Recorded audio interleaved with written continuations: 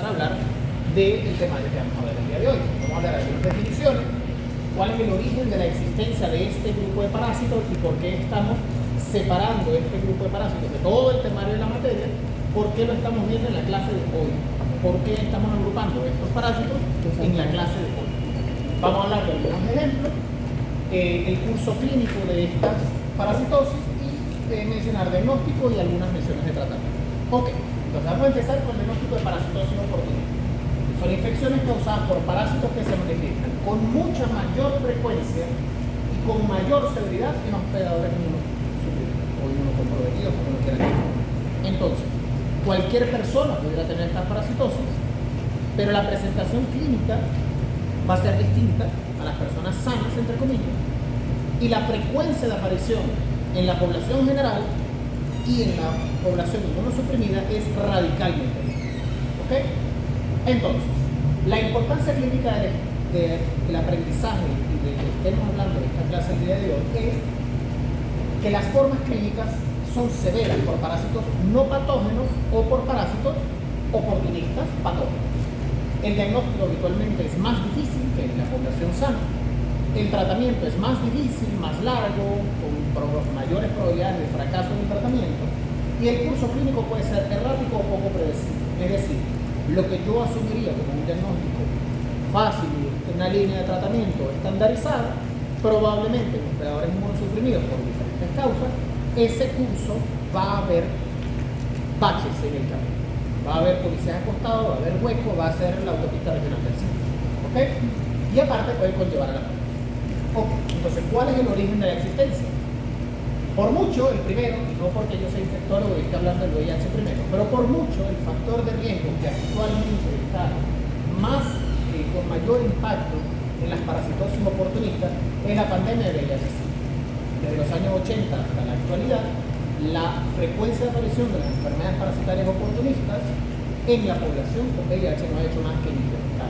Desde el inicio de la aparición de la terapia antirretroviral ha tendido a un descenso, pero la frecuencia de aparición de estas enfermedades parasitarias en la población con VIH es radicalmente mayor, con una carga de mortalidad mucho mayor al resto de la población sana. Otro factor que explica el origen de la existencia de estas parasitosis es el incremento en la sobrevida de pacientes con cáncer. Vamos a intentar retroceder 50 años en el pasado. ¿Qué pasaba si a mí me diagnosticaban hace 50 años un cáncer de colon? Primero, que me lo diagnosticaban tarde. Segundo, en estadios muy avanzados, con metástasis, con complicaciones y con otras situaciones. Prácticamente no existía un tratamiento eficaz, la quimioterapia, radioterapia, la cirugía no estaba muy avanzada. Es decir, si me da cáncer, me morí. Es así de sencillo, me mataba el cáncer. Actualmente las terapias con quimioterapia, radioterapia, cirugía, terapia terapia genética, anticuerpos monoclonales, lo que ha hecho es que esa situación, que es el cáncer, no solamente sea potencialmente tratable, sino curable bajo los efectos de ciertas condiciones que son esos tratamientos novedosos. Y resulta que aquí están ocurriendo entonces dos escenarios. Tengo cáncer y está alargando mi sobrevida y estoy siendo sometido a un tratamiento que es lo que está aumentando mi sobrevida del cáncer. Y resulta que esos dos factores son muy determinantes para la aparición de estas enfermedades parasitarias oportunistas. Tanto el hecho de tener cáncer, que ya condiciona una situación de inmunosupresión, como el hecho de estar sometido a los tratamientos o las terapias biológicas, los anticuerpos monoclonales, la quimioterapia, que me está aumentando la sobrevida del cáncer. Es decir, los dos factores me van a condicionar de la aparición de enfermedades oportunistas. Entonces, la terapia tinoplástica, citotóxica, inmunosupresora, anticuerpos monoclonales, etc. Todo eso va a tener un aumento sustancial en el riesgo o en la modulación de la respuesta inmune, que va a cambiar la manera en la que el cuerpo humano se defiende ante estos agentes infecciosos.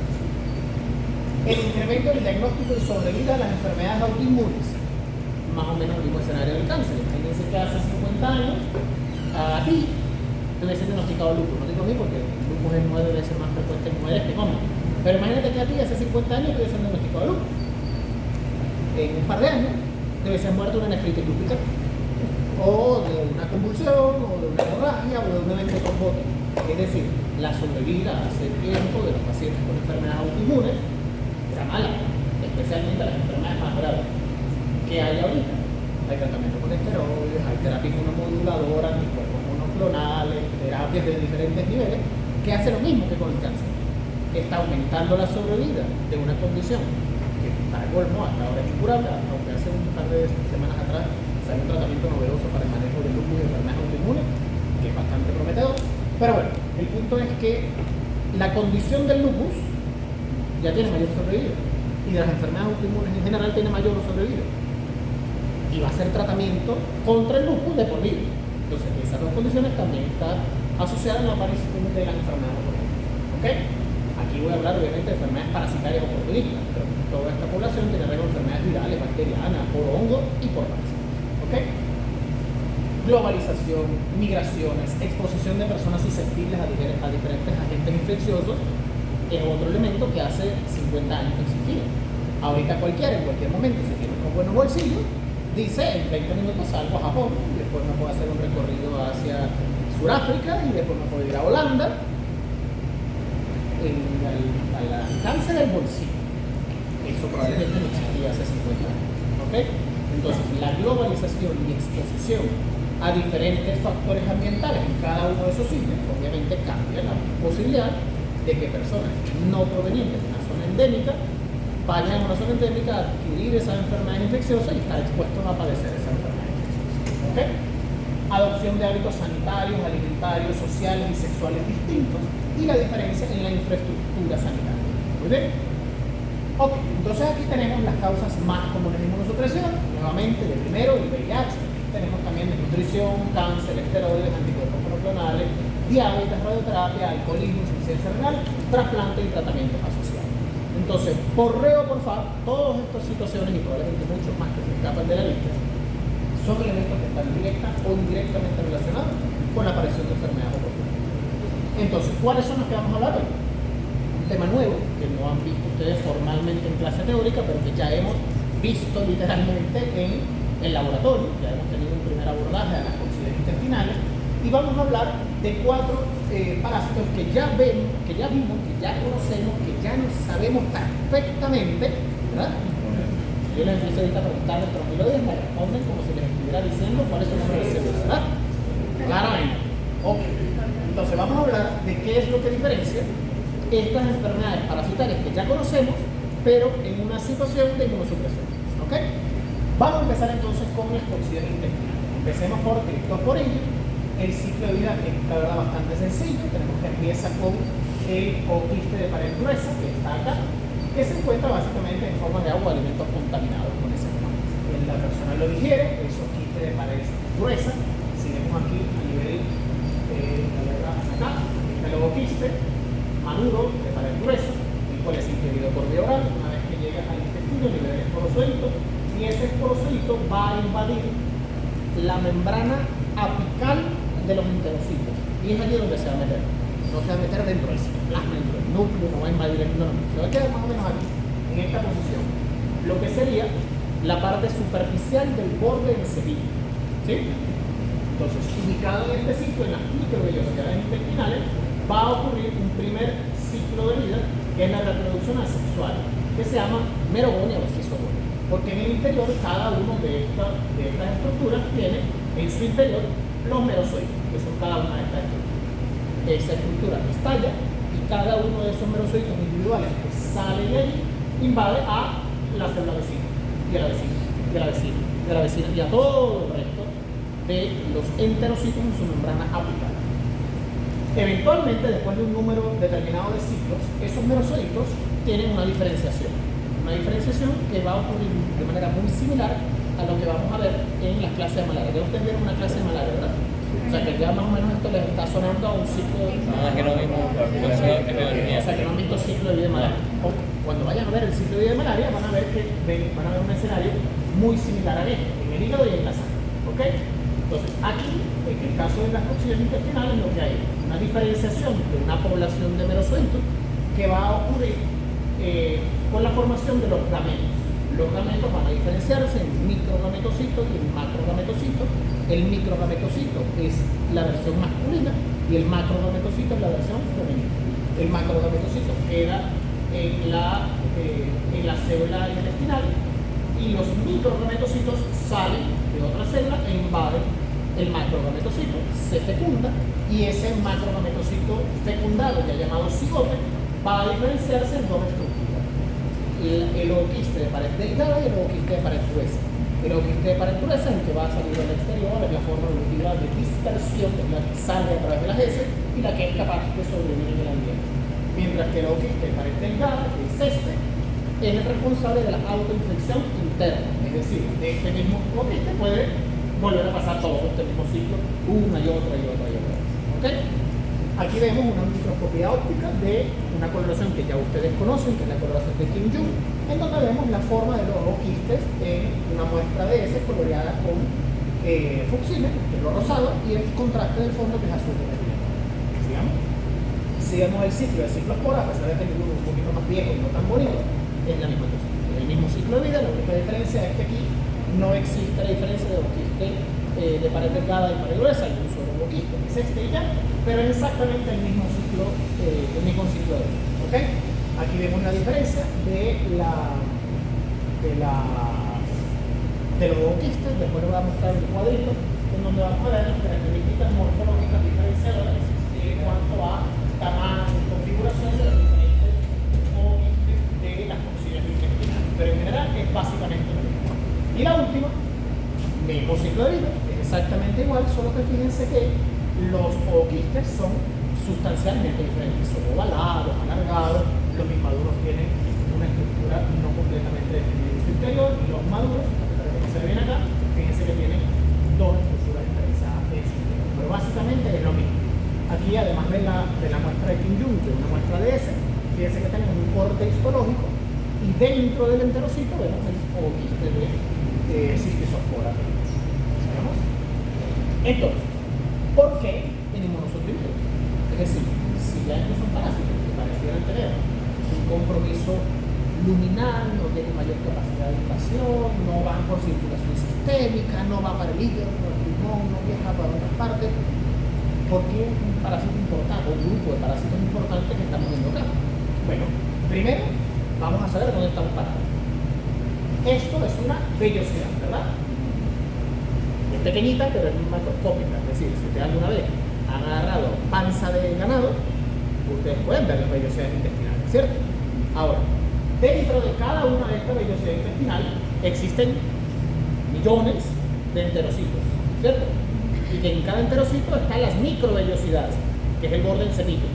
Ok, es ahí en esa microvellosidad, de cada uno de esos enterocitos, de cada uno de estos vellosidades intestinales, ¿dónde están las coccinas intestinales? Entonces, imagínense el hábitat que tienen para poder vivir estos parásitos, ¿sí?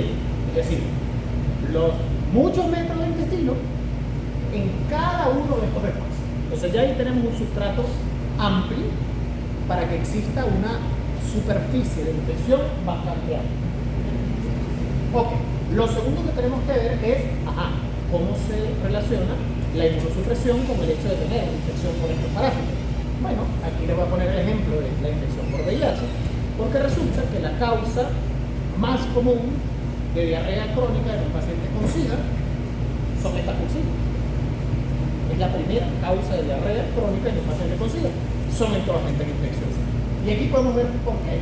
Este es un corte histológico de una vellosidad intestinal en donde se ha marcado con emisión fotográfica linfocitos TCD4. Entonces fíjense la población de linfocitos TCD4 que están allí aguantando y frenando y permitiendo que el sistema inmune local del intestino, que es el tejido linfóide asociado a la mucosa, esté allí, en la puerta de entrada del intestino, para que cualquier agente que pretenda entrar e invadir, ellos están ahí. La primera barrera de defensa para frenar el avance. Entonces fíjense que aquí tenemos lo que sería la representación esquemática de una vellosidad. Fíjense que aquí esto es una vellosidad, cada uno esto es un enterocito, y fíjense que cada uno tiene las microvellosidades, ¿cierto? Ok. Es en estas microvellosidades donde invade las coccinas intestinales. Fíjense el tamaño y las proporciones que estamos hablando, ¿no? Entonces, aquí debajo, en lo que sería el espacio submucoso del intestino, fíjense la población enorme de células del tejido linfóide que hay. Hay macrófagos, células hemolíticas, linfocitos T, linfocitos que están haciendo todo ese botón de respuesta inmune local. ¿Qué pasa con una infección por VIH? Bueno, lo primero que van a notar es que el tamaño de las vellosidades disminuye. Hay aplanamiento de las vellosidades intestinales. Eso disminuye la capacidad absortiva del intestino. Lo segundo que es muy notorio que van a ver es que la cantidad de células que hay aquí abajo no es la misma cantidad que hay arriba. Hay una inmunosupresión celular. El VIH está matando el linfocito T y CD4. Entonces, la capacidad de defensa que tiene el intestino ante cualquier invasión de parásitos intestinales va a estar disminuida. Aparte, ¿qué ocurre? Las células se separan, se pierde la adhesión entre los enterocitos, lo cual aumenta la permeabilidad capilar. Las células se mueren, quedan espacios vacíos, se forman ulceraciones, y además la inmunidad humoral de la mucosa intestinal a través de la inmunoglobulina la inmunoglobulina A secretora también disminuye, porque la activación de los linfocitos B que están en la mucosa a plasmocitos para producir la inmunoglobulina A está disminuida. ¿Por qué? Porque no hay ningún linfocito T CD4 que le diga produce anticuerpos. Si no hay linfocitos T, los linfocitos T están así como vamos a quedar, nadie me está diciendo qué hacer. ¿De acuerdo? Entonces todos estos factores son en parte lo que explica el por qué las parasitosis intestinales, en este caso las coxinas, son mucho más frecuentes en pacientes con VIH. Por ejemplo, esto aplicaría a cualquier otra causa de inmunosupresión celular. Terapia citotóxica, quimioterapia, una enteritis neutropénica por quimioterapia produce básicamente lo mismo, una disminución de la capacidad de respuesta celular y humoral en la mucosa intestinal. Entonces, las manifestaciones clínicas asociadas a las coxinas intestinales es la primera causa de diarrea crónica en pacientes con VIH. Lo primero que tenemos que pensar, llega un paciente con SIDA compensado sin tratamiento antirretroviral, lo primero que tenemos que pensar es una infección por toxina. ¿Ok? Se caracteriza por diarrea líquida abundante, dolor abdominal, pérdida de peso acentuada, síndrome de malabsorción intestinal. Y aquí no vayamos a confundirla con la fisiopatología, por ejemplo, de la tenia, que seguramente se la recuerdan en el de la letra. Si recuerdan, tenia era un parásito grandote de varios metros y que tapizaba como una alfombra la capacidad absortiva y que eso eventualmente aplanaba las vellosidades, pero era porque tenía una alfombra. Tenés una alfombra encima de un jardín con grama. Eventualmente la grama que abajo de la alfombra se va a morir. ¿Sí? Entonces, en este caso no es ese extremo, sino que una destrucción directa de los enterocitos, se rompen, se mueren los enterocitos y además por disminución de la inmunidad celular, por el factor de inmunosupresión, para que aparezcan estas parasitosis y esas vellosidades están más grandes. Eso genera un síndrome de malabsorción intestinal. Eventualmente puede asociarse a diarrea disenteriforme, fiebre y síntomas sistémicos. ¿Cuándo? Cuando ocurre lo último que le dije, que era la destrucción de los enterocitos, la ulceración de la mucosa, la invasión a través del aumento de la permeabilidad intestinal, es cuando ocurren estos síntomas sistémicos. Y eventualmente la criptosporidiasis se asocia con recurrencia por autoinfección interna y externa. Existen reportes raros de, por ejemplo, en vez de ingesta de los zooquistes, haya aspiración a través de vía inhalatoria o por vía oral a pulmones. Eventualmente puede haber migración por peristaltismo inverso a bilis o a páncreas, y son casos de reportes de casos puntuales de criptosporidiasis pulmonar, biliar o páncreas. Raros, pero existen. ¿En qué existen? En los pacientes inmunosupresivos. ¿Ok? Entonces aquí tenemos algunas características diferenciadoras de las coxinas intestinales. Si nos vamos a Cysticercosis belli, una zoonosis, la clínica similar a la giardiasis, como les comentaba, puede llegar a producir un síndrome malabsortivo. Si recordamos en giardia, ¿por qué producir un síndrome malabsortivo? Por competencia con las salas biliares. Competía con las salas biliares, además giardia tiene una estructura que tiene un disco suctor que actúa más o menos como la tenia, adhiriéndose a los enterocitos, produciendo un aplanamiento de la velocidad y disminución de la capacidad absortiva. O diarrea severa inmunocomprometida y produce eosinofilia que puede ser variable, especialmente cuando hace esos síntomas sistémicos que les comento. Ciclospora cayetanensis es una antroponosis, diarrea autolimitada de inmunocompetentes, es decir, habitualmente es indiferenciable de una diarrea viral, por ejemplo. Una diarrea abundante que al cabo de una semana o 2 semanas se autolimita, es indistinguible de una diarrea viral por un adenovirus, por un rotavirus, es poco probable diferenciar. Produce brotes estacionales, está relacionado con consumo de agua y algunos alimentos como cilantro, fresa, albahaca, algunos alimentos en particulares tienen mayor predicción a tener coxinas intestinales y tienen un fenómeno interesante que es la autofluorescencia. Hay algunos microscopios especiales que tienen luz, o sea, son microscopios especiales que al ser iluminados con una luz especial hace que se vea el fondo negro y los quistes de la ciclospora brillen, se resaltan con un brillo verde o azul. Y son ácido alcohol resistentes variables, es decir, a veces se pintan, a veces, de hecho, si se meten en la página del CDC de PDX, van a ver en la sección de galería de imágenes, van a ver en un mismo extendido, en un examen de ese, coloreado con Quintil, algunos quistes que están pintados y otros que no. Eso a veces pasa, ¿okay? Porque es variable su captación a la fluoresceína americana. En cuanto a criptosporia, una zoonosis, transmisión hídrica sexual y alimentaria, como les digo, también inclusive puede haber por vía inhalatoria, en esos casos raros especiales que les comenté, y se asocia especialmente con estados de inmunosupresión severa. Si no lo saben, inmunosupresión asociada al VIH, cuando existen categorías que se hizo desde el año 91, que es la clasificación de Atlanta, en donde se caracterizaban o se dividían los grupos de pacientes con VIH en grupos. Los que tenían menos de 500, los que tenían menos de 200, más de 500, de 500 a 200 y menos de 200 de CD4. Bueno, en esos escenarios extremos de inmunosupresión severa con menos de 200 de CD4 es donde habitualmente ocurren estas parasituaciones. Puede ser una diarrea severa ocasionando deshidratación grave e inmediata. ¿Sigamos? Ya ustedes conocen el diagnóstico de elección, que es el diagnóstico parasitológico con una coloración, que es el Quintil. Esto lo pueden buscar directamente en la página de los preparadores, simplemente se lo pongo para que recuerden. Utiliza el mismo fundamento de la coloración de Zell-Nielsen, solo que no se aplica calor. La función fenicada dentro de la pared son el ácido carboxílico de la membrana y el azul de metileno simplemente en un medio de contraste en el fondo para que resalte lo rosado. ¿Okay?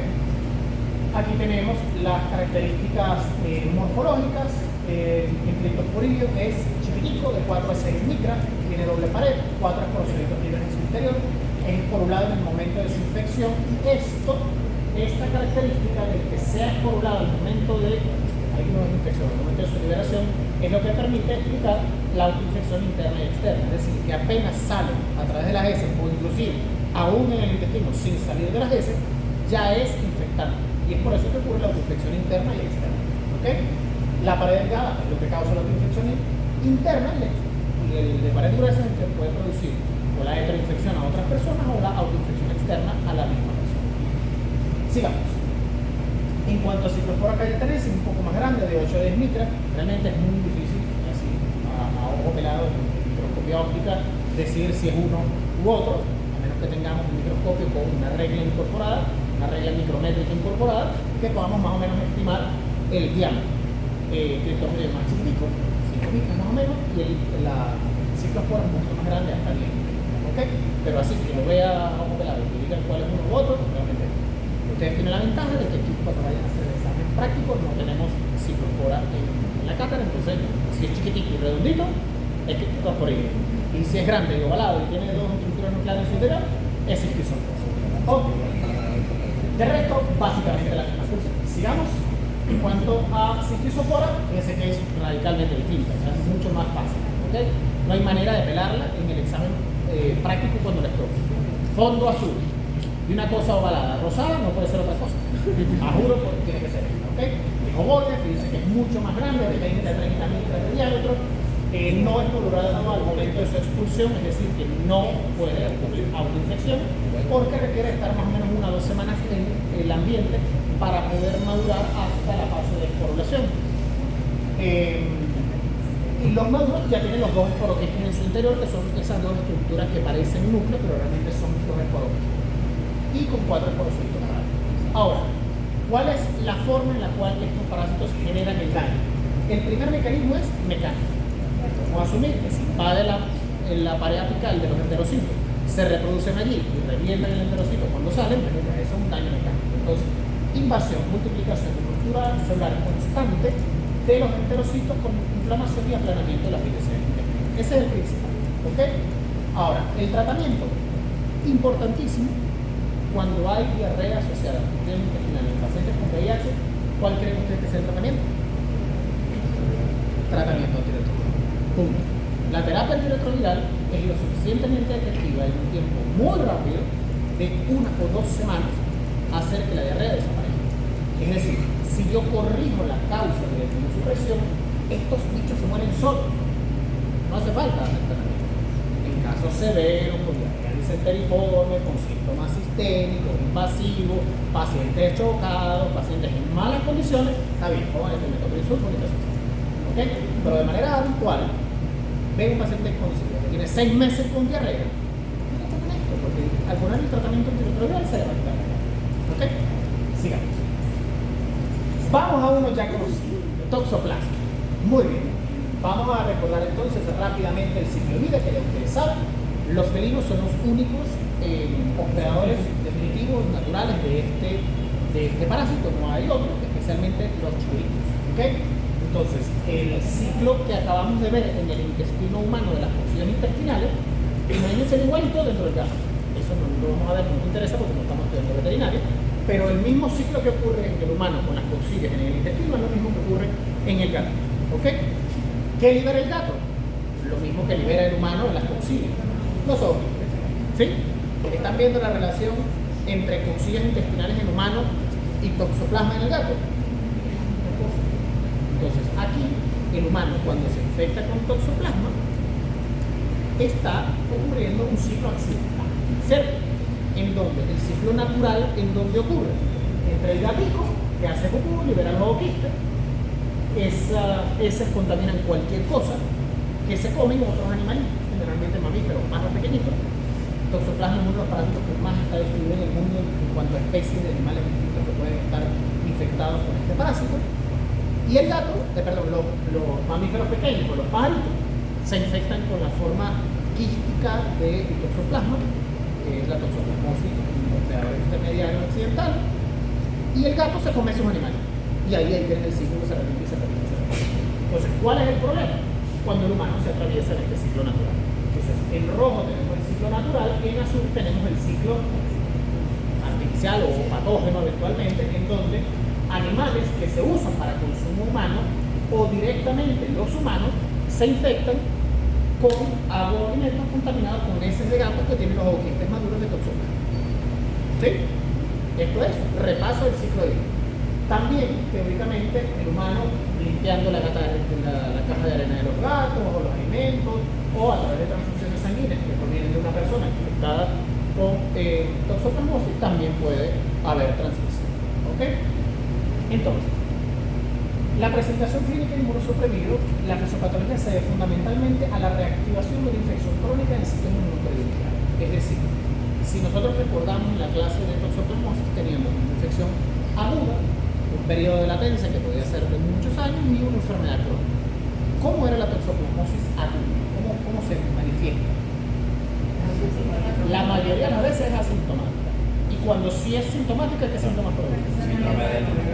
Puede producir un síndrome similar a una gripe, un síndrome cerebrogripal, y a veces puede producir síndrome adenomegálico, habitualmente una adenopatía única, laterocervical, más o menos grandecita, que la mayoría de las veces se cura sola, desaparece sola. O va con el pediatra le manda clindamicina o amoxicilina y se le cura. No porque el antibiótico funciona, sino porque se va a curar solo. ¿Ok? Entonces, habitualmente es un cuadro febril inespecífico, con un par de ganglios del cuello, una adenopatía única medio fea, y que se desaparece. Y eso generalmente ocurre en la infancia, cuando el niñito chiquito está en contacto con un gato. ¿Sí? Entonces, así es la toxoplasmosis aguda. Ese mismo escenario puede ocurrir en cualquier momento de la vida en el que una persona ha estado en contacto por primera vez con un gato infectado. ¿Sí? ¿Estamos claros con eso? Y esa es la razón por la cual se hace despistaje de serología para toxoplasma, por ejemplo, en el embarazo. Una mujer embarazada que nunca jamás en su vida ha tenido un gato, de repente queda embarazada, ¿será el mejor momento para regalarle un gatito chiquitico nuevo recogido de la calle? Como que no, ¿verdad? Porque probablemente si hace la preinfección durante el embarazo va a haber una toxoplasmosis aguda que puede ser transmitida al feto. Ahí estamos claros, ¿cierto? Ok. Pero habitualmente la toxoplasmosis aguda es un escenario insignificante.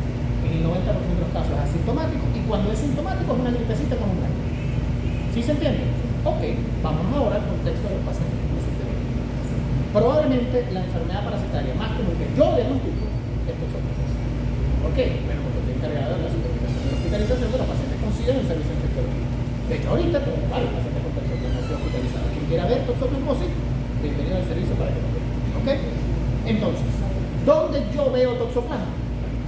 Fundamentalmente como manifestación en sistema nervioso central. siguiente. Entonces, les traigo un caso clínico. Este es un ejemplo de muchos que he visto. Un paciente masculino con VIH diagnosticado hace 3 años en exámenes de rutina preoperatoria. Y lo pudieron operar de la vesícula, lo pudieron operar de lo que ustedes quieran, se hizo una serología de despistaje, salió positivo. Sin embargo, decide por voluntad propia no acudir a consulta médica ni iniciar terapia antirretroviral. Negacionista. Nada sobre el sitio, no tengo eso. Ese fue un error de laboratorio y yo me voy para mi casa. Opérenme. Más frecuente de lo que ustedes piensan. Cursa desde hace 2 meses, es decir, pasaron 2 años y pico. Hace 2 meses con diarrea, pérdida de peso, astenia, y desde hace 3 semanas se asocia cefalea holocraniana opresiva, disminución de la fuerza muscular en el hemisferio izquierdo, que limita las actividades cotidianas y llega así al ambulatorio. Una en mi pareja izquierda. Y anoche presentó una convulsión tónico-clónica generalizada, por lo cual extraído la emergencia. Y cuando llega a la emergencia, que está convulsionando, hasta el siguiente, le hacen esta neuroimagen y se encuentran con esto. Un cerebrito, extraído de cualquier artículo de internet, pero es lo que habitualmente vemos nosotros. ¿Okay? Imágenes quísticas, redondeadas, que al administrar medio de contraste, vemos que se forma un anillo de contraste alrededor de la lesión. Entonces, aquí, ¿qué estructura es esta? ¿Qué corresponde a esta área anatómica dentro del cerebro? Ganglios de la base, ¿cierto? Aquí están los ganglios de la base. Pero fíjense que además de esta lesión, tenemos otra pequeña acá, otra aquí, algo aquí frontal y una pequeñita acá. ¿Ok? Entonces lo podemos definir como lesiones múltiples de distribución subcortical y con predominio, las más grandes y las que probablemente le condicionaron la hemisferia izquierda, en ganglios basales. Así se trata de. Si a ustedes les llega un paciente con SIDA convulsionando, con parece o monoparesia o cualquier focalización neurológica, antes inclusive de hacerle la neuroimagen, ya ustedes tienen un 90% o más de certeza diagnóstica que ese paciente tiene toxoplasmosis. La toxoplasmosis cerebral es la primera causa de infección del sistema nervioso central en pacientes con SIDA que cursan con focalización neurológica. Y vuelvo a decir eso, primera causa de neuroinfección en pacientes con SIDA que cursan con focalización neurológica. Si el paciente tiene fiebre y rigidez de nuca, eso no es una focalización neurológica, eso es una meningitis. ¿Sí?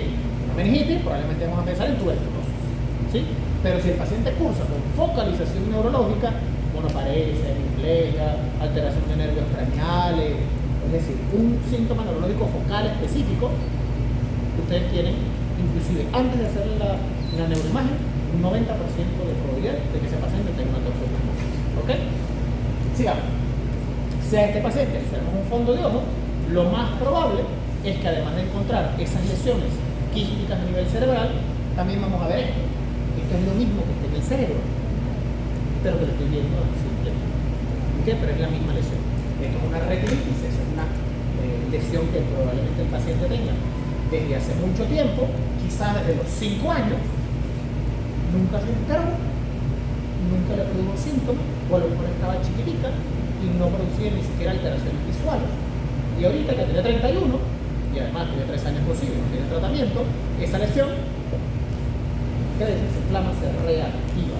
Entonces, la reactivación de una lesión crónica que estuvo asintomática durante muchos años, porque a lo mejor le dieron un gatico cuando tenía 5 años, y ahí fue cuando se infectó de toxoplasmosis, asintomática o con un daño insignificante, estuvo toda su vida perfecta y sin nada que ver con la toxoplasmosis.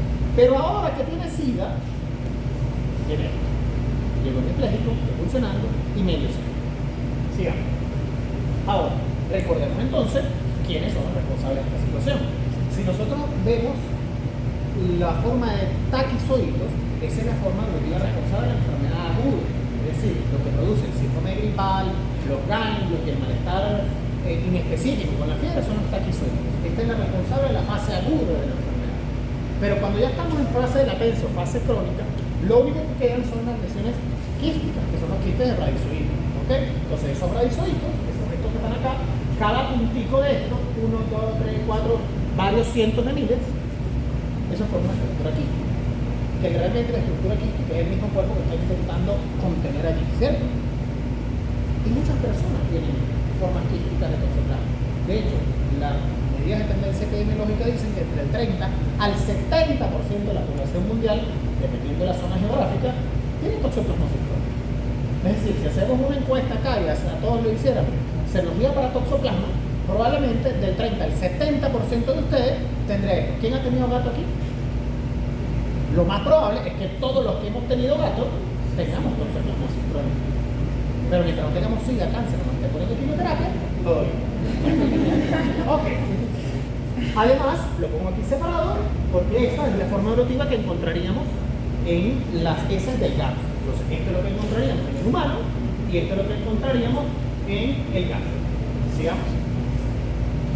Entonces, la fase aguda, como bien decía por acá, es asintomática o oligosintomática y habitualmente no se diagnostica. Habitualmente se interpreta como que, ay, le dio una carie y tenía el ganglio inflamado, entonces le puse antibiótico. No era ninguna carie, era una toxoplasmosis. Un síndrome cerebrogripal, síndrome adenomegálico, importante, y por eso se lo puse aquí resaltado, fase aguda embarazada, se asocia con transmisión materno-fetal o transmisión vertical, y el niño nace con el síndrome de Torch. De hecho, T de Torch significa toxoplasma. ¿Ok? Sigamos. Entonces, la fase latente, el 30 al 70% de seroprevalencia mundial y es asintomática. Nada. ¿Alguno aquí siente un quiste de radizoíto nadando en el cerro? Es asintomática. Ok. Y en la fase crónica reactivada, que es la realmente importante, que veo yo todos los días, es así. Se manifiesta como encefalitis, de hecho tiene su nombre propio, encefalitis toxoplásmica o retinitis toxoplásmica. ¿Ok? Sigamos. Diagnóstico. Primero y principal, como les decía, les llega un paciente con SIDA. Es más, no saben que tiene SIDA, les llega un paciente flaco, con diarrea crónica desde hace 3 meses, a la consulta, medio paralítico, y les convulsiona enfrente, automáticamente van a sospechar que tiene SIDA, ¿verdad? Porque yo espero que ustedes sospechen que ese paciente tiene SIDA. Y si llega con focalización neurológica, ya les estoy diciendo que con 90% de probabilidad o más, ese paciente tiene toxoplasmosis. ¿Sí?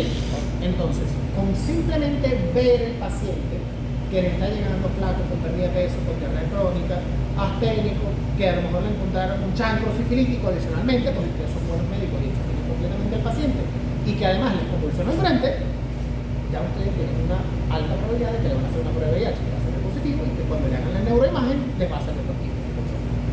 Bien. Imagenológico es el segundo método diagnóstico en orden de importancia. ¿Por qué? Porque es lo más rápido que vamos a hacer. Probablemente el paciente llega convulsionando y a los pocos minutos, en lo ideal, ya le estoy haciendo la neuroimagen. Antes de hacerle la planificación de la punción lumbar, antes de hacerle los estudios inmunológicos que van a tardar probablemente varios días en salir el resultado, ya ese paciente entró convulsionando y va de una vez al tomógrafo para hacer la neuroimagen. Y ya encontré la. Entonces, si ya tengo un diagnóstico de lesiones quísticas múltiples cerebrales, de distribución subcortical y en predominio con ganglios basales, ya tienen el diagnóstico prácticamente hecho. Pero nosotros queremos más de ustedes. Nosotros queremos que ustedes diagnostiquen la toxoplasmosis. Si yo quisiera hacer diagnóstico parasitológico en este caso, ¿qué haría? ¿Cómo lo diagnostico? Yo en materia vista. Ustedes saben el diagnóstico de toxoplasma. ¿Qué dijo? Ok, ¿qué hago en líquido cefalorraquídeo? Digo, líquido, ven a mí. Una punción lumbar, chévere, ¿qué hago?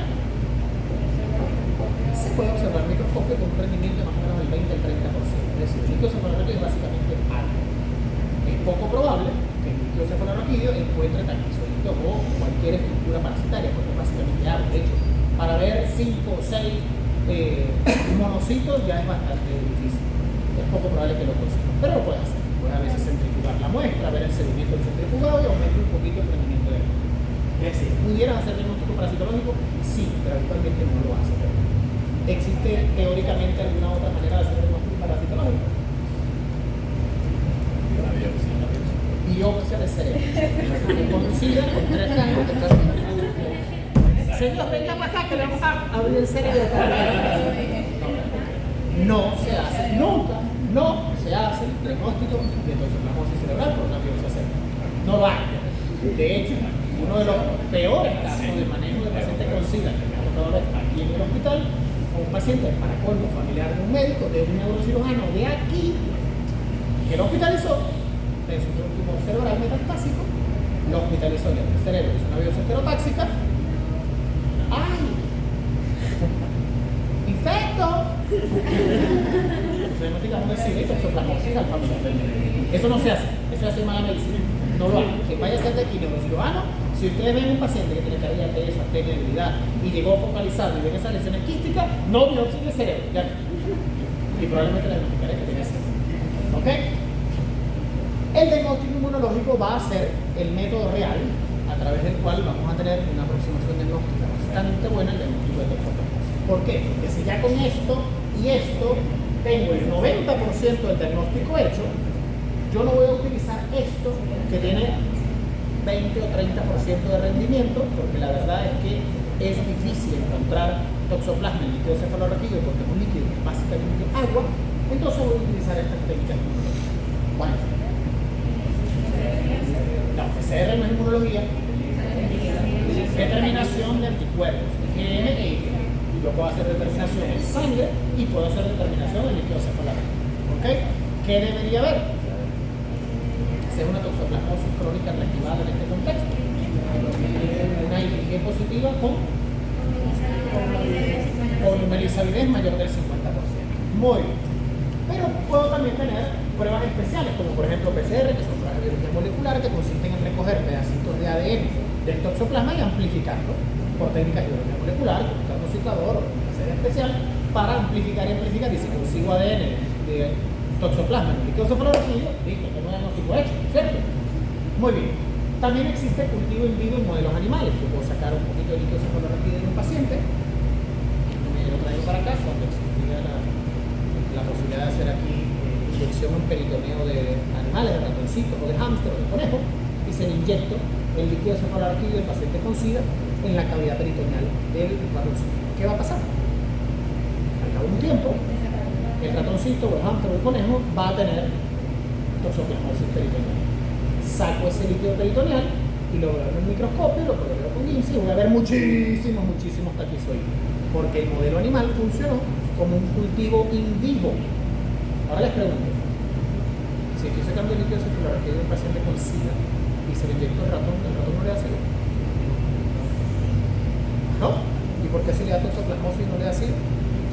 ¿Por qué no se transmite el VIH al ratón? ¿Qué dijo? Porque es virus de inmunodeficiencia humano, no hamsteriano, ni ratoniano, ni conejiano. Es virus de inmunodeficiencia humana. Afecta a humanos, no afecta al ratón. Ok, entonces sí le da toxoplasmosis y no le da VIH al ratón. Muy bien, doctor. Adicionalmente, que te un momentico, yo puedo tener simplemente los estudios básicos para hacer estudios de líquido cefalorraquídeo en pacientes con neuroinfección. Yo puedo ver las características de ese líquido cefalorraquídeo. Yo, por ejemplo, veo la presión de apertura, yo puedo ver, por ejemplo, si hay turbidez o no, puedo ver si hay sedimento o no, veo si hay sangre o no, y además puedo hacer un diferencial celular. Si ese líquido cefalorraquídeo tiene predominio polimorfonuclear, yo voy a sospechar que es una infección bacteriana, una meningitis bacteriana. Pero si yo veo que ese líquido tiene una pleocitosis con predominio de linfomonocitos, yo sospecho una toxoplasmosis o una tuberculosis. Pero en la tuberculosis hay mucho consumo de glucosa, o sea que la glucosa también la puedo medir en el líquido cefalorraquídeo. Si yo tengo pleocitosis con linfomonocitosis y además glucosa muy baja, lo primero que voy a pensar es en tuberculosis benigna. Pero si yo veo que la glucosa está normal, las proteínas están normales, un poquito elevadas, y yo veo un diferencial con linfomonocitosis, que además tiene un montón de lesiones en la cabeza, coño, es una toxoplasmosis. ¿Ok? Sigamos. Aquí simplemente para recordarles el tema de la interpretación de avidez, que ya es materia vista, la pregunta que me hace un grupo de estudiantes, entonces ¿qué hago? Si tengo 35%, 42%, 48%,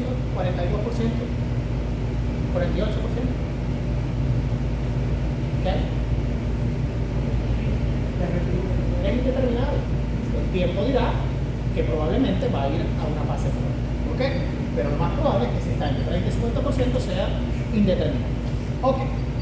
Tratamiento, simplemente para que tengan nociones de tratamiento, se utiliza pirimetamina con sulfadiacina y leucovorina como segunda opción, que de hecho lo utilizamos nosotros porque es más costo eficiente, menos tóxico y tenemos más disponible, es trimetoprim-sulfametoxazol, y alternativa pirimetamina con clindamicina y leucovorina. Sigamos. Vámonos para Chagas. Ustedes me dirán, ¿Chagas? ¿Chagas es inmunosuprimido? Sí. ¿Por qué? ¿Hay algún escenario especial en el que la enfermedad de Chagas sea particularmente importante en un paciente con suprimido? Bueno, si tengo cáncer y me comí el chipo, a lo mejor sí, pero ese no es el escenario. Es decir, la forma vectorial percutánea va a ser la manera en la que va a estar relacionada con la inmunosupresión. No. La vía vectorial oral va a estar directamente relacionada con la inmunosupresión. No. Entonces vamos a ver. Muy bien, bingo. Trasplantes de órgano. Y repito, trasplante, no trans, no lleva ahí. Trasplante de órgano. Es decir, de todos los mecanismos de infección, le puede pasar a cualquiera. Cualquier persona puede tener Chagas por cualquiera de estos mecanismos. Pero resulta que este escenario, el trasplante de órgano, viene acompañado de una situación particular. ¿Por qué se está trasplantando el órgano? Porque no le sirve. O porque tiene un tumor en ese órgano y se lo quité. O porque es un paciente que tiene X enfermedad sistémica grave y ya merece un trasplante. Es decir, ya esto implica una situación de inmunosupresión. Entonces, esa situación de inmunosupresión es lo que hace relevante el estudio de Chagas en inmunosupresión. Sigamos. Entonces, ¿por qué hago esta importancia? Porque la serología de Chagas forma parte del despistaje serológico obligatorio en todo el mundo pre-trasplante, tanto para la persona que recibe el donante como el donador. ¿Ok? Entonces, el receptor y el donante tienen que ser negativos en la serología de Chagas para ser considerados candidatos a trasplante. ¿Ok? Además de eso, tengo que saber que la terapia con esteroides es inmunomoduladora de diferentes tipos, de acuerdo a cuál sea el órgano trasplantado, va a tener un riesgo elevado de la reactivación de los nidos de mastigota que están en el tejido trasplantado. Es decir, Chagas habitualmente sabemos que tiene nido de mastigota en el corazón, pero eso me da la certeza de que no hay uno en un riñón, por ejemplo, que es el órgano más trasplantado en el mundo, el trasplante de riñón. No, ¿verdad? Es decir, los nidos de mastigota pueden estar en cualquier parte, que hay mayor predilección por tropismo con las fibras del músculo cardíaco, y ahí está la fisiopatología de la miocardia Chagas crónica. Pero eso no significa que en riñón no voy a tener la posibilidad de encontrar nidos de mastigota. Entonces, si yo trasplanto un órgano que tiene nidos de mastigota en su interior y a ese paciente lo estoy bombardeando con terapia citotóxica, inmunomoduladora y esteroides para que no rechace el trasplante, esos nidos se van a reactivar. Y resulta que la reactivación en ese escenario de inmunosupresión es tremenda. Ok, sigamos. Entonces, ¿cómo se va a manifestar Chagas agudo? Porque eso es un Chagas agudo. Esa persona no tenía Chagas y le acaban de trasplantar un riñón, un pedazo de hígado, cualquier órgano, en un par de horas, que dura la cirugía, unas cuantas horas, y ahora ya tengo Chagas. Entonces, ¿qué va a presentar? La manifestación más frecuente es fiebre prolongada como operatoria. ¿Ok? Ahora vamos a hacer otro paréntesis. Primera causa de fiebre prolongada en paciente trasplantado.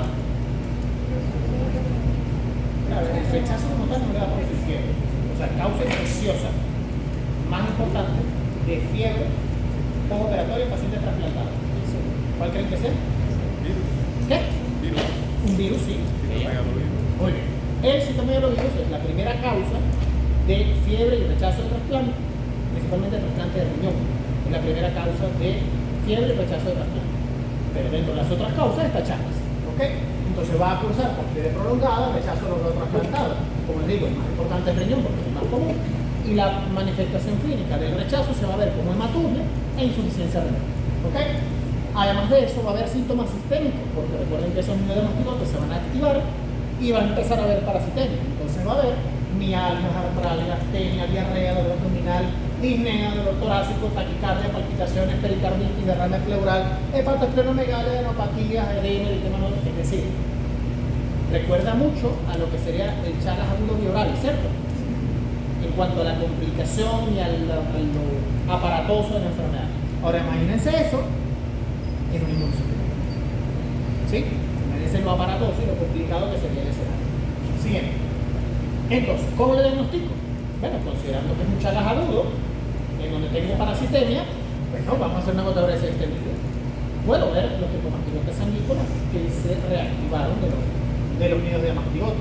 Puedo hacer cultivo en agarro triple M, puedo hacer su diagnóstico, puedo hacer PCR. Seroconversión de IgM y IgG para confirmarlo por 2 métodos. Es decir, tengo aquí el que recibió, la persona que recibió el trasplante de órgano. Tengo mi serología pre-trasplante que está negativa. Y ahora, post-trasplante, me hago una serología y está positiva. ¿Qué pasó? Eso se llama seroconversión. Y habitualmente vamos a ver que en la fase aguda vamos a ver la IgM en títulos muy elevados. ¿Sí? Entonces, ese fenómeno de seroconversión, la serología pre-trasplante y post-trasplante, me va a confirmar el diagnóstico de Chagas agudo post-trasplante. ¿Sí? Eso también me confirma que el donador tiene Chagas. ¿Sí? Ok. Obviamente, si ese órgano se rechazó y hay que sacarlo porque no sirvió, el estudio anatomopatológico de la biopsia del tejido obviamente me va a confirmar la presencia de lo que hay llamado. ¿Ok? Eso en cuanto a Chagas en el capítulo que correspondía a inmunosuprimiento. Vámonos ahora con Leishman. Ya te me has visto, conocido, puñaleado y de calera. Vamos ahora a ver qué pasa con los inmunosuprimidos de Leishman. Cualquier persona puede padecer de leishmaniasis, pero las formas tegumentarias graves y la forma visceral se asocian con supresión. Y su evolución es mucho más tórpida y su tratamiento es más difícil. Vamos para allá. Recordando rápidamente, tenemos la mosca, el mosquito que es quién? Sumía, que inyecta qué forma evolutiva. Esos cromastigotes, si es una forma cutánea, se quedan en la piel, si es una forma visceral, empiezan a dar por el sistema linfático hasta que llegan a los órganos profundos. Pero lo que ocurre es que ¿cuál es la célula invadida? El grupo de células invadidas. El sistema nuclear, retículo endotelial, como ustedes lo quieran llamar, y lo que va a ver es que los cromastigotes se transforman en amastigotes, se empiezan a reproducir, las células estallan y esos amastigotes invaden otro tejido, Si es piel, se va extendiendo cuando la zona de piel afectada, y si es órgano, afecta hígado, vaso, médula ósea, ganglios linfáticos profundos, etcétera, etcétera. Y bueno, en la parte del mosquito ya sabemos todo lo que pasa. Entonces, dependiendo de la forma, si es tegumentario o visceral, vamos a tener cuál es el órgano afectado. Vamos para allá. Recordando rápidamente cuáles son los fenómenos inmunológicos que en una persona sana deberían contener o aguantar la leishmaniasis, y en la mayoría de los casos cura la leishmaniasis, y que la leishmaniasis intenta superar para poder sobrevivir, ¿cierto? Es decir, aquí hay una lucha entre el cuerpo que intenta matar la leishmaniasis y la leishmaniasis que intenta sobrevivir al ataque del cuerpo, ¿cierto? Ok, pues si nos vamos desde acá, los factores que se asocian con progresión de la enfermedad, que es, por ejemplo, la activación del sistema TH2 a través de liberación de la interleucina, como la interleucina 4 y 13, que es liberada por los mastocitos y además libera histamina, que promueve la inflamación. Al haber más inflamación hay más células para que la leishmania invada y tenga mayor capacidad de progresión de la enfermedad. ¿Ok? Tenemos otro fenómeno que se asocia también con progresión de la enfermedad, que es que los neutrófilos que intentan fagocitar la leishmania es capaz de sobrevivir dentro de las células fagocitadas. No solo eso, se reproduce dentro de las células fagocitadas, y eso hace que, además, en las formas viscerales actúe como forma de migración o diseminación a los sistemas profundos. Es capaz de sobrevivir a todos los factores relacionados a la citotoxicidad de los fagolisosomas, sobrevive todo eso acumulado y progresa la enfermedad. Tenemos un escenario que depende de los macrófagos, en donde si los macrófagos son exitosos con una respuesta TH1 aumentada, positiva y enérgica, la enfermedad se controla. Y resulta que la leishmania hace todo lo posible para que estos mecanismos no ocurran. Es decir, la leishmania induce una respuesta TH2, especialmente las formas diseminadas tegumentares y las formas viscerales, para que haya disminución de la presentación de antígeno, aumento de la producción de interleucina 10, que va a distraer el cuerpo para empezar a producir anticuerpos aberrantes, factor de crecimiento transformarte beta para que haya crecimiento e hiperplasia, hipertrofia de los órganos infectados, para que haya aumento de la producción o no producción de los anticuerpos neutralizantes, y aunque haya anticuerpos no le hacen nada a la leishmania porque la leishmania es intracelular, y disminuye o inhibe la liberación de radicales libres de oxígeno. Es decir, que en conclusión esta ruta lo que se promueve es la progresión de la enfermedad. Además tenemos las células dendríticas y otras células presentadoras de antígenos, que lo que hacen es agarrar la leishmaniasis del foco primario, pasarla al ganglio y de ahí, en las formas viscerales, llevarla a las formas hepáticas, esplénicas o ganglionares profundas. Y dentro de las pocas cosas que son capaces de eliminar el parásito es la respuesta de citotoxicidad celular mediada por los natural killer, que es una respuesta TH1 fuerte, pero que cuando se enfrenta a todos estos escenarios, bueno, va a haber un predominio de la sobrevida de la leishmania. Si a esto nos encontramos entonces que de manera natural en una persona sana la Leishmania tiene las de ganar con todo este sistema complejo de integración entre celular y humoral.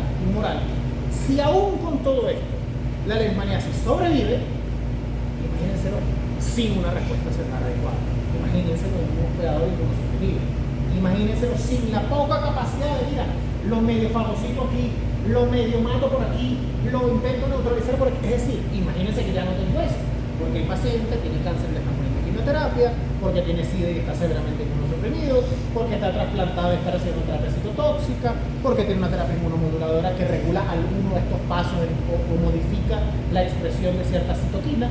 Es decir, este escenario inmunológico complejo que subyace a la fisiopatología de la leishmaniasis, imagínenselo en inmunosuprimido. Vamos para allá.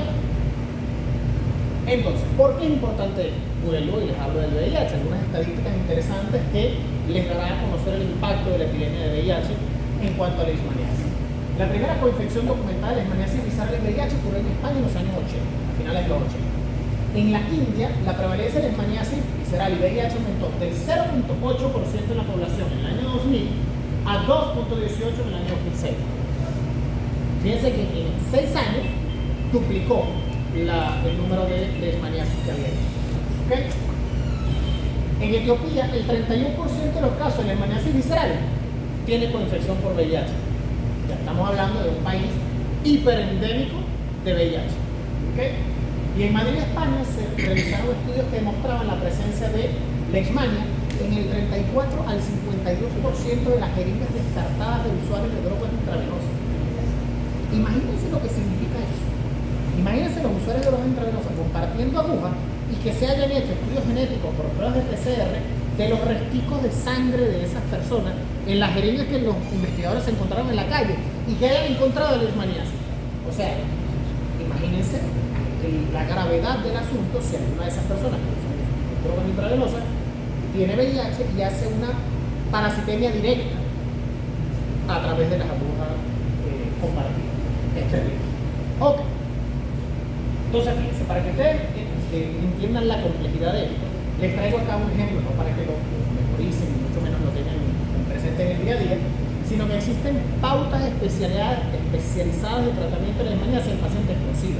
Hay una Biblia en la infectología que les voy a traer ahorita, que es una guía que se actualiza prácticamente todo el tiempo, está en revisión constante, y hay pautas de tratamiento para la leishmaniasis visceral, el tratamiento inicial, las alternativas, el mantenimiento en terapia crónica, tratamientos alternativos, cuáles son los criterios para descontinuar el tratamiento anti-leishmania en pacientes con SIDA, en qué momento sí, en qué momento no lo voy a continuar en la leishmaniasis visceral y en la leishmaniasis cutánea. Es decir, son manuales y manuales que demuestran la complejidad del tratamiento de las enfermedades parasitarias, en este caso leishmania, en el manejo de la inmunosupresión. ¿Okay? No es lo mismo para nada tratar esto. Por ejemplo, este fue un colega que ya ahora es médico, que estaba haciendo su rural en el internado rotatorio y me mandó esta foto. Este no es el escenario en el que ustedes van a ver esto. Esta es una simple úlcera de leishmania que es positivo, lo mandamos para acá y sale positivo. O esto que me consigo yo frecuentemente en la consulta del ambulatorio. Estos no son los escenarios que ustedes van a ver en los peores inmunosuprimidos. Ustedes no van a ver formas cutáneas localizadas. ¿Qué vamos a ver nosotros acá? Bueno, una paciente con probable cáncer de nariz o de alguna estructura y que además tenía leishmaniasis y que además tenía una miasis, todo eso que ven ahí en el fondo son gusanos, que se comió el cáncer y le quedó la leishmaniasis y a los 2 o 3 días después que le había esta abuelita, se murió. ¿Qué más van a ver ustedes? Casos de leishmaniasis cutánea difusa.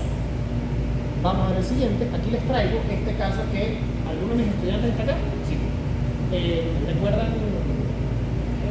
Se me fue el nombre. Elio. ¿El otro que no era Cruz? Elio. Paciente masculino con historial de nódulos y placas cutáneas generalizadas de meses de evolución y diagnosticado con VIH, SIDA y tuberculosis. Se inició tratamiento por mejoría de los síntomas de la tuberculosis, pero que posteriormente al tratamiento antirretroviral las lesiones empiezan a ulcerarse y confluir y se plantea síndrome inflamatorio de reconstitución inmune. ¿Qué es eso? El paciente antes del inicio del tratamiento antirretroviral tenía placas y nódulos generalizados en todas partes del cuerpo. Le conseguimos una tuberculosis, le empezamos el tratamiento para la tuberculosis, le damos tratamiento antirretroviral, estaba muriendo, y esos nódulos empezaron a ulcerarse. Ahora, ¿por qué planteamos nosotros un síndrome inflamatorio de reconstitución inmune? Inflamatorio porque todas las lesiones se inflaman.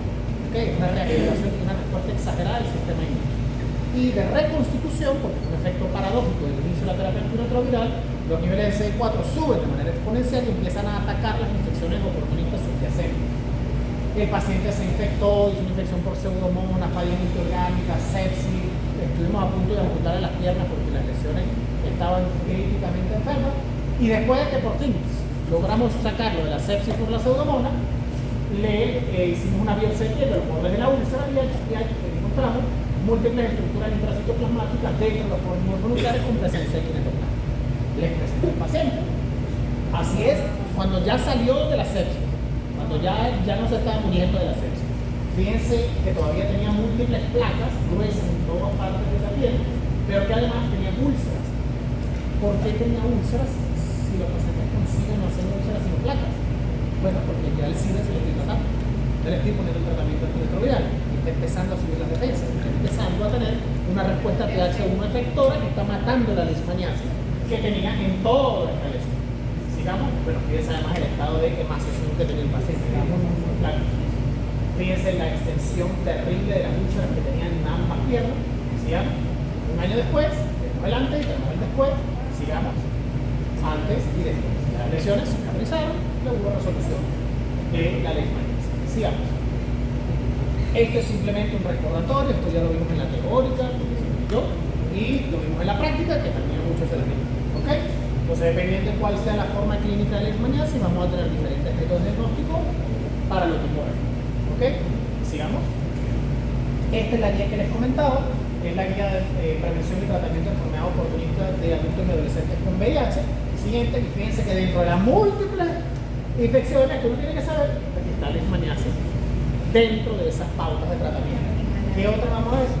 Mire, tenemos también malaria, criptosporidium, ¿qué más tenemos por acá? Cistizospora, criptosporidium, chaga. Entonces, no crean que lo que nosotros les enseñamos acá es simplemente una cosa que ustedes tienen que tener en la cabeza para pasar la nota y hacer el examen. No, esta es información real que día a día ustedes, en mayor o menor instancia, dependiendo de la cual a qué se dediquen en el campo de la medicina, van a ver y tienen que manejar. Sigamos. Estromilosis. A ver, ¿quién se acuerda aquí de aquel parásito que vimos al inicio del año por aquí ya? Nadie se va a acordar. ¿Se los recuerda? Primero que es un metasuario, es decir, es un gusano. Es pluricelular. No es un protozoario, que es pluricelular. Metasuario, que es pluricelular. Es un helminto, o sea, un gusano. Es un nemato, es decir, es cilíndrico, alargado, con el estilo completo, tiene tegumento. Es un geohelminto, es decir, vive en la tierra y además se transmite por vía cutánea. Ya con eso, porque estoy aquí. ¿Qué otro grupo de parásitos está metido dentro de este mismo sancocho? Ancilodon. Muy bien, sigamos. Ok, es que recordemos rápidamente el ciclo de vida. A través de las heces se liberan las formas de larvas transitoides. Existe un ciclo natural en donde hay macho y hembra que copulan, ponen huevos, salen en la tierra y tienen un ciclo normal, no patógeno en la tierra. Pero tenemos un ciclo patógeno que las larvas L1 se transforman en L3 o larvas filariformes. Esas larvas filariformes, cuando el humano está en contacto con suelos contaminados con esas larvas, penetra a través de la piel, tiene una circulación sistémica, tiene ciclo pulmonar, hace una neumonitis eosinofílica, se expectora, me lo traigo, llega al intestino, se transforma en adulto. Solamente existe hembra adulto, que es la hembra partenogénica en el ciclo patógeno, que es esta malandra que está aquí. En el ciclo natural sí hay macho y hembra, pero en el ciclo patógeno solamente está la hembra partenogénica. Esa hembra se mete dentro de la mucosa, un parásito tisular dentro de la mucosa, y va nadando y va poniendo huevitos en la mucosa, en la mucosa, en la mucosa, en la mucosa. Esos huevitos rompen la mucosa, eclosionan y salen las L1, que son las que salen a través de las heces. ¿Sí? Sí. Oh, recordado estas medidas. Sigamos. Sabiendo entonces que es aquí donde vamos a estudiar el ciclo de hospedadores inmunosuprimidos. ¿Por qué? Porque resulta que hay una condición que es característica de los inmunosuprimidos en donde los huevos que están metidos dentro de la mucosa eclosionan a L1 y bajo ciertas condiciones en pacientes inmunosuprimidos, esas L1 van a evolucionar rápidamente a L3 aún dentro del intestino, no fuera, dentro del intestino, y va a haber una autoinfección interna o autoinfección externa. Entonces es allí, en el fenómeno de autoinfección, donde vamos a activar en los hospedadores inmunosuprimidos. Entonces, poblaciones de riesgo. Fíjense que aquí es algo interesante. Se lo puse de segundo, ¿verdad?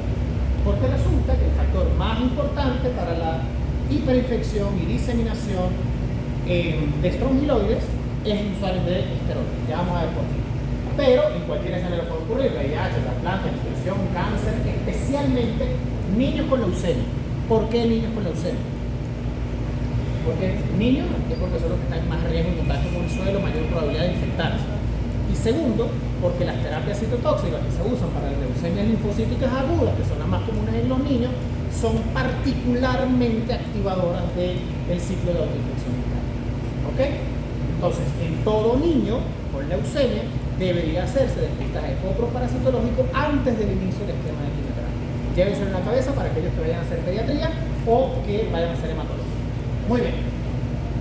Entonces, vamos a hablar especialmente de estrongiloides y esteroides porque ya les hablé mucho de sí. Entonces, en el ciclo de vida normal de estrongiloides existe una hormona que se llama la ecdicina. La ecdisis es simplemente la evolución, la evolución, la coevolución. Pichu, Pikachu y Rauchu. Eso se llama ecdisis. Hay una hormona, que es la ecdicina, que es lo que facilita ese paso de un estadio larvario a otro y a otro. Bueno, resulta que esa ecdicina, de manera normal, está en pocas cantidades. Y eso es lo que hace que en el ciclo natural la maduración de la L1, L2 y L3 ocurra en el suelo. Por eso es un GW. Pero resulta que en los usuarios de esteroides existe un metabolismo que se llama hidroxiecdisona. La ecdisona suena bastante parecido a ecdicina, ¿verdad? Bueno, resulta que esa ecdisona, que es un metabolito de muchos esteroides, es capaz de activar los receptores de la ecdicina. Entonces eso hace que las larvas se activen y empiecen a evolucionar a lo loco, como si tuvieran las piedras de evolución de los Pokémon. Entonces se las lanzan los Pokémon y los Pokémon evolucionan. Bueno, la larva L1 evoluciona rápidamente a L3 dentro del intestino humano en los usuarios de esteroides. Y eso es lo que produce el síndrome de hiperinfección de estrongiloidiasis en pacientes usuarios de esteroides, que ya es inmunosupresión. Sigamos. Entonces, ¿qué es lo que ocurre? La estrongiloides, que está en el intestino delgado, produce diarrea crónica, dolor abdominal, mala absorción, síndrome disenteriforme, alteraciones de la permeabilidad capilar, fiebre, migración de enterobacterias del torrente sanguíneo, porque perfora y empieza a nadar. Y se arrastra con ella todas las bacterias que están en la superficie. Acuérdense de que L3, a pesar de ser pequeñita, es muchísimo más grande que una bacteria. Entonces queda adosada a su tegumento las bacterias. Entonces empieza a nadar por la sangre con todas las bacterias pegadas. ¿Okay? También puede producir perforación intestinal y neumatosis intestinal. ¿Saben lo que es la neumatosis intestinal?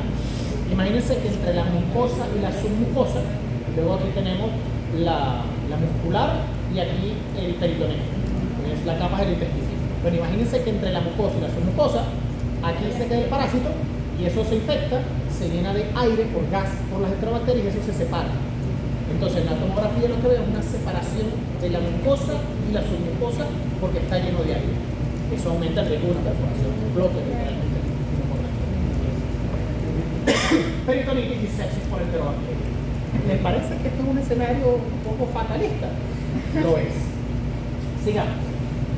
Entonces, son dos condiciones que ocurren en pacientes inmunosuprimidos. La hiperinfección, que es simplemente el aumento de la carga parasitaria en órganos y tejidos, donde habitualmente está el parásito. Mientras que la diseminación hace referencia a que esas larvas L3 empiezan a dar vueltas locas nadando por todas partes. Se van al cerebro, producen encefalitis, y van a meninge, producen encefalitis, y van a ojo, a hígado, producen abscesos hepáticos biógenos porque se arrastró todas las bacterias que estaban en el intestinal. Es decir, se volvió loco estrongiloides y no avisó. Empezó a nadar por todas partes y produjo daño en otros órganos y sistemas que no forman parte natural de su sistema. Sigamos. Entonces, también ocurre otro fenómeno, pero bajo otros escenarios de inmunosupresión. Por ejemplo, imagínense que un ancianato o un manicomio o cualquier escenario en donde una persona pierda la capacidad de autonomía, está postrado en cama y usa pañales. Y esa persona tiene estrongiloidiasis. Eso probablemente viene acompañado de nutrición o de ciertas condiciones sanitarias desfavorables que hace que en el margen anal quede el pañal lleno de heces de larvas L1. Bueno, ese pañal con heces que le dejaron durante todo el día, durante 2 días, o el colchón sucio, actúa esa superficie como si fuera la tierra. Entonces, en ese ambiente, las L1 evolucionan a L3. Y esas L3 son las que van a manifestarse como el síndrome de larva curva, que es muy parecido a la larva migans cutánea, pero mucho más virulento, mucho más agresivo, evoluciona en pocas horas, y es por la penetración de las L3 en el margen perianal de manera muy agresiva, y a veces se sobreinfecta con la misma enterobacteria. Sigamos. Les traigo aquí un caso clínico.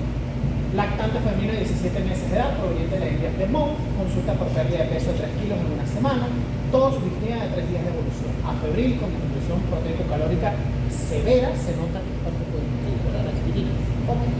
Tiraje intercostal, crepitantes universales, hemoglobina en 8, 11.500 blanco y 6% de eosinófilos. Si sacamos el número absoluto, da un numeral gigante de eosinófilos. Sigamos. Entonces, ¿qué han encontrado?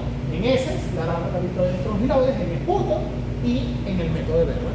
Esta paciente tenía un síndrome de hiperinfección por el trongiloides temporales con compromiso intestinal y pulmonar, producto de desnutrición.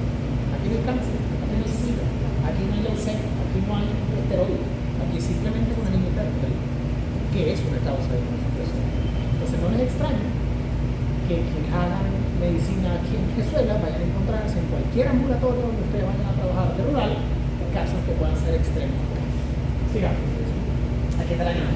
Después que la tratamos. Sigamos. Muy bien. Recordemos rápidamente de los mecanismos de acción patógena en cuanto a la invasión a través de la piel, generalmente los pies, es mecánico, tóxico por enzimas y una reacción hipoalérgica de reacción. En cuanto a la diseminación, es fundamentalmente mecánico por la ruptura del espacio alveolo capilar, en la migración de la fase de L3 a L4 en los alveolos pulmonares y produce una reacción tipo 1 con neumonitis difusa eosinofílica, que es el síndrome de Lambert. Y en la fase intestinal, el hábitat definitivo, donde está el adulto, hembra, es mecánica fundamentalmente porque la hembra está rompiendo y erosionando la mucosa mientras pone los huevos, y además tenemos una reacción inflamatoria importante con edema de la mucosa, diarrea, que puede ser disenteriforme, y las infecciones crónicas producen fibras. Sigamos. En cuanto al diagnóstico, ya lo venía mencionando, tenemos el examen simple de heces, probablemente en esa chiquitina que vimos allí, casi que así el examen de heces y las larvas venían saltando, sin verlo mucho, probablemente así de alta era la carga parasitaria de esa niña. Pero hay un examen seriado de heces, utilizando el método de Berman, que si recordamos, tiene 3 propiedades que utiliza el ciclo de las larvas rhabditoides, que es el hidrotropismo positivo, termotropismo positivo y hidrotropismo negativo, para que pasen las larvas L1 a través del frasquito, a través del embudo y logren ser visualizadas. ¿Qué otro estudio orientador? Que lo vimos en este caso, eosinofilia. Cuando ustedes vean pacientes con eosinofilia marcada, van a pensar 2 cosas. Van a pensar en parasitosis tisulares, van a pensar en asma, y si no tienen ni una ni la otra, buscan leucemia. Porque a veces la leucemia linfocítica en las hematologías marcan los linfocitos atípicos como si fueran eosinófilos. Entonces, si ven eosinofilia, muy importante, busquen parásitos tisulares, fundamentalmente estrongiloides, busquen toxocara, busquen asma, crisis importante, y si no, busquen leucemia, que la van a encontrar. Tratamientos, ciclos prolongados de albendazol o ivermectina. Conclusiones, chicos. Como ustedes verán, esto es complicado. Las parasitosis oportunistas son presentaciones poco comunes y su manejo requiere de personal entrenado y capacitado, su identificación y manejo adecuado. Y aquí esta introducción que les hice, para que si ustedes van a encargarse en algún momento del diagnóstico de estas enfermedades, se preparen, estudien y sean capaces de tratar. ¿Okay? Ante la evidencia de un curso clínico agresivo o una presentación atípica de una enfermedad parasitaria, debe sospecharse inmunosupresión, investigándose y tratándose la causa según las condiciones del paciente. Es decir, esto puede ser para adelante y para atrás. En pacientes inmunosuprimidos, que voy a buscar parásitos, y en parasitosis, que tengan un comportamiento extraño, agresivo, peligroso, y que yo veo que no va bien, busquemos inmunosupresión. Hagamos serología de VIH, investiguemos si el paciente tiene cáncer, preguntemos si está o no usando esteroides, veamos si está o no está desnutrido. Entonces, su gravedad y posibles complicaciones mortales justifica su estudio e importancia en la enseñanza de la materia. Muchas gracias.